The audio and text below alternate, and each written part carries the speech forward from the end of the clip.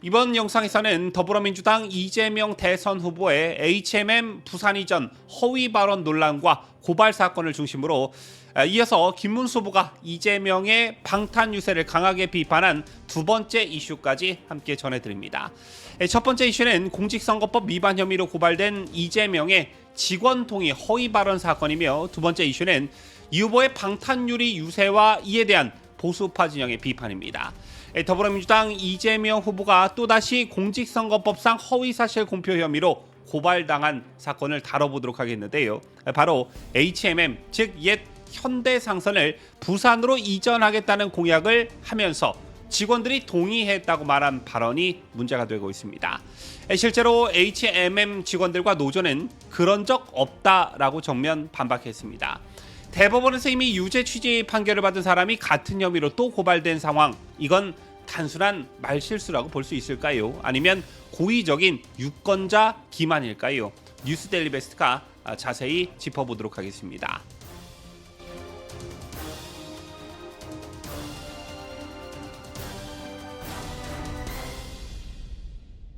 시청자 여러분 안녕하십니까? 뉴스데일리 베스트 미네커입니다.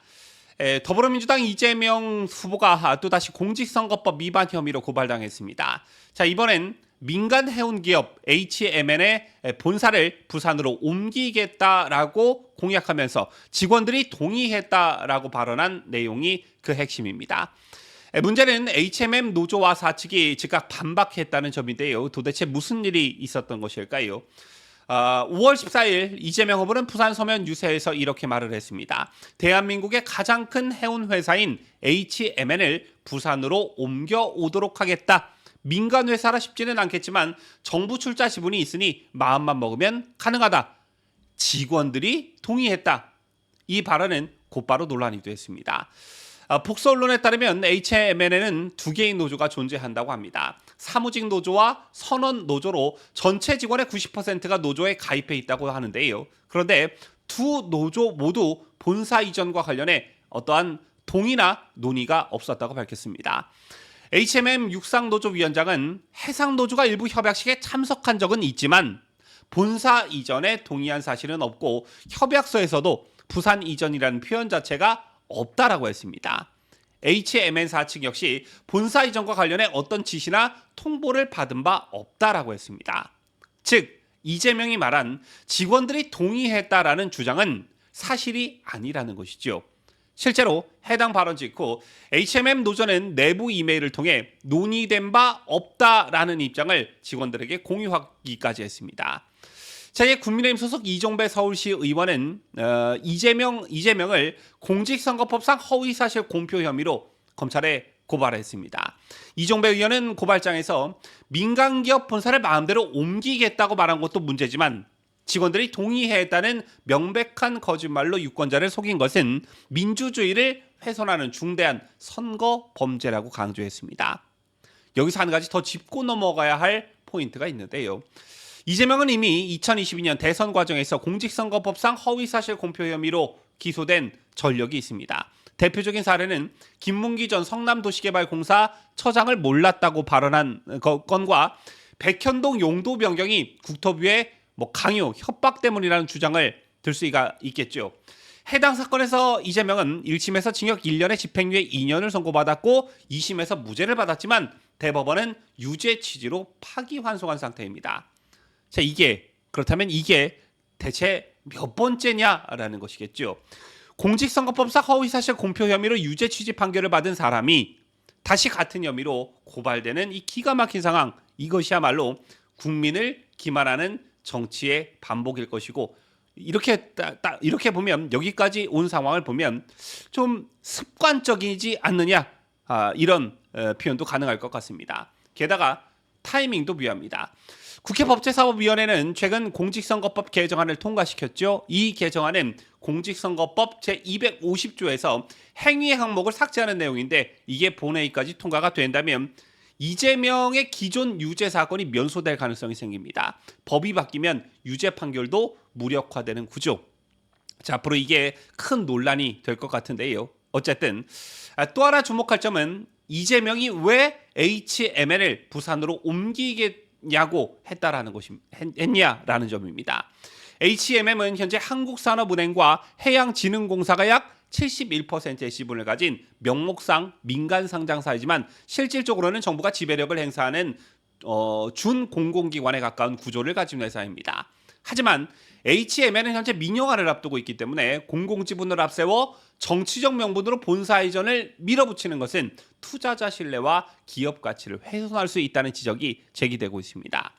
자, 이와 관련해 이준석 개혁신당 대선 후보는 이재명의 발언에 대해서 그게 바로 주식시장의 이재명 리스크다라고 직격한 바 있는데요. 표가 되겠다고 생각해서 HMM, SK 해운 같은 민간 기업을 이전하겠다는 건 시장 논리를 무시한 정치 포퓰리즘이라고 비판한 것입니다. 기업인은 차이롭게 판단하고 경영할 수 있어야 한다는 것이고 이재명의 발언이 오히려 주식시장의 불확실성을 키운다라는 것을 지적한 것입니다. 따라서 이재명이 민간기업 본사를 선거 공약으로 언급하면서 이전 여부를 좌지우지하겠다는 그 발상 자체가 헌법상 기업의 자유 개념을 흔드는 위험한 발언이라 할 수 있습니다. 사실상 행정권이 사기업의 경영에 직접 개입하겠다는 것과 다를 바 없는데요. 바로 이 점에서 이종배 의원은 독재자의 단면이라고 표현한 것입니다. 이재명의 HMM 이전 발언 단순한 말실수라고 보기엔 너무 많은 사실들이 맞지 않고 있습니다. 유죄 판결을 받은 전력이 있는 정치인이 또다시 같은 법조항으로 고발된 상황, 이번에도 그냥 넘어갈 수 있을지 지켜봐야겠죠. 그리고 다음 소식 이어가겠습니다. 김문수 국민의힘 대선 후보가 5월 20일 서울 강서구 유세 현장에서 총을 맞을 일이 있으면 맞겠다, 경호 필요 없다라고 밝히면서 이재명의 방탄유리 유세를 강도 높게 비판하고 나섰습니다. 채널 김 후보는 화곡동 남북골목시장에서 열린 유세 현장에서 점퍼를 열어젖히면서 저는 방탄조끼를 입고 있지 않다라고 말했는데요. 이는 지난 19일부터 이재명이 유세 연단에 설치한 3면 방탄 유리막을 정면으로 겨냥한 발언입니다. 김문수 후보는 경찰 경고도 거부했지만 민주당 측과 형평성을 맞춰야 한다며 어쩔 수 없이 받게 됐다고 밝혔고 현장에서의 발언은 이재명이 국민과의 거리마저 방탄 유리로 차단하고 있다는 비판의 메시지로 해석됩니다.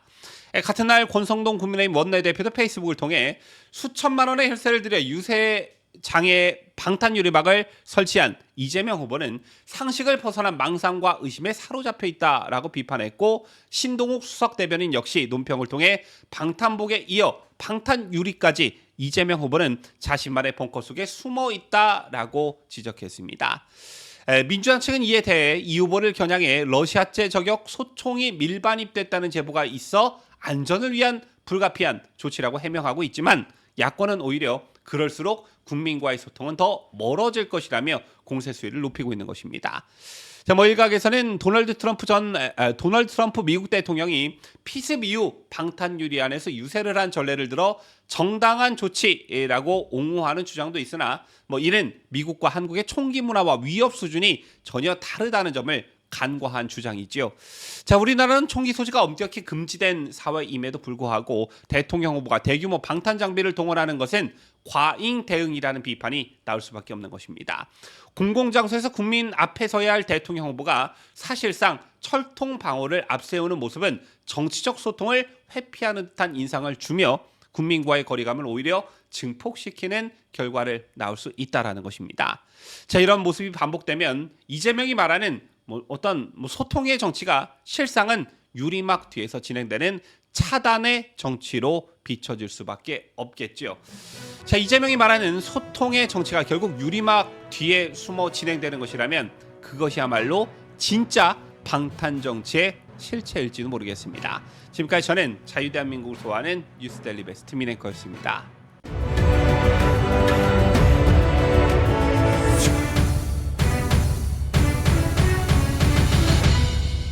함께해요. 뉴스데일리 베스트.